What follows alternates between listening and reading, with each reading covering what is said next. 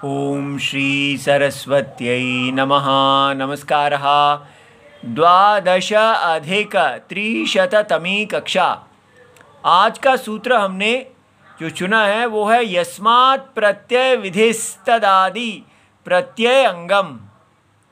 और ये इसलिए चुना गया है क्योंकि अब हम अंग के ऊपर कार्य देखने लगे हैं। जब सार्वधातुक और अर्धधातुक प्रत्यय अंग के परे होते हैं तो वो कैसे गुण और वृद्धि करते हैं, तो ये देखने के लिए हमें जानना है कि अंग की क्या संज्ञा है, संज्ञा किसकी अंग संज्ञा की जाती है।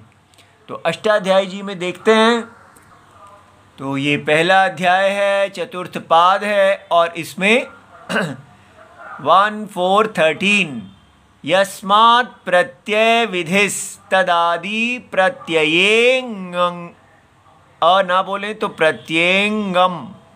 ठीक है, इस सूत्र में कोई अनुवृत्ति नहीं है और इसके पद हैं यस्मात् पंचमी विभक्ति एक वचनम, प्रत्यय विधि समास है, प्रथमा विभक्ति एक वचनम, और तदादि ये नपुंसक है, प्रथमा विभक्ति एक वचनम, प्रत्यय सप्तमी विभक्ति एक वचनम, अंगम नपुंसक, प्रथमा विभक्ति एक वचनम। तो समास विग्रह प्रत्यय विधि का होता है प्रत्ययस्य विधि, प्रत्यय की विधि। ठीक है, प्रत्यय विधि ये षष्ठी तत्पुरुष है क्योंकि उत्तर पद अर्थ प्रधान है, माने विधि किस प्रकार की है, प्रत्यय की विधि है। तो हमें पता है कि प्रत्यय की विधि किससे होती है। प्रत्यय हमेशा या धातु से विधान किए जाते हैं या प्रातिपदिक से विधान किए जाते हैं। ठीक है, और जो धातु से विधान किए जाते हैं तो ये तिगंत बन जाते हैं, तिप प्रत्यय और कृत प्रत्यय आदि। तो कृत प्रत्यय से जो प्रातिपदिक से होते हैं उससे सुबंत बनते हैं। तो ये हमने देखा है। अब तो प्रत्यय से विधि माने प्रत्यय की विधि, प्रत्यय को धातु या प्रातिपदिक से विधान करना। अब आगे तदादि, तो तस्य आदि, तदादि उसके आदि, उसका आदि, किसका आदि, ठीक है, वो हमें पता चलेगा। उसका आदि षष्ठी तत्पुरुष, तो आदि जो है वो मुख्य अर्थ है और उसका जो आदि है, आदि उसका आदि। ठीक है, तो यहाँ पर किसका आदि, तो प्रत्यय की विधि, यस्मात् प्रत्यय विधि, तो जिससे प्रत्यय विधि की गई है। प्रत्यय विधि किससे की जाती है, धातु और प्रातिपदिक से। तो धातु और प्रातिपदिक का आदि। ठीक है, तो तस्य आदि का मतलब क्या हो जाएगा, धातो हो आदि या प्रातिपदिकस्य आदि। इतना समझ में आ गया। तो तद आदि का मतलब है धातु का आदि, उसका पहला वाला हिस्सा, या प्रातिपदिक का आदि। अब कहा है तद आदि ही यस्य, तो वो जो धातु है उसका आदि, उसका पहला वाला हिस्सा आदि है जिसके। ठीक है, तो वो सारा का सारा शब्द रूपम। तो ये धातु प्रातिपदिक के साथ और भी कुछ जोड़ दिया गया है। सारा मिला के धातु और प्रातिपदिक का जो आदि है वो उस सारे शब्द रूप का आदि है। उस सारे शब्द रूप को तदादि कहते हैं। ठीक है, तो इसका नाम तो तदादि माने, ये थोड़ा चक्करदार है, धीरे धीरे समझ जाना है। तदादि माने धातु और प्रातिपदिकम का आदि, आदि में है जिसके, ऐसा पूरा का पूरा शब्द रूपम तदादि कहलाता है। ठीक है, तो ये तदादि का अर्थ हो गया बहुव्रीहि, ये बहुव्रीहि समास हो गया क्योंकि तद और आदि से हमने पूरे शब्द रूपम को कहा। ये अन्य पद अर्थ प्रधान हो गया, इसलिए बहुव्रीहि है। अब ये देखिए वृत्ति क्या है, यस्मात्, तो पहला शब्द क्या है, जिससे, तो किससे, धातो हो वा प्रातिपदिकात् वा। जिस धातु से या प्रातिपदिक से क्या प्रत्ययः विधीयते, प्रत्यय विधान किया जाता है, तो प्रत्यय विधि ही। तो ये काशिकाकार जी ने धातु हो यहां दिया था, इसको इधर लिख दिया गया है।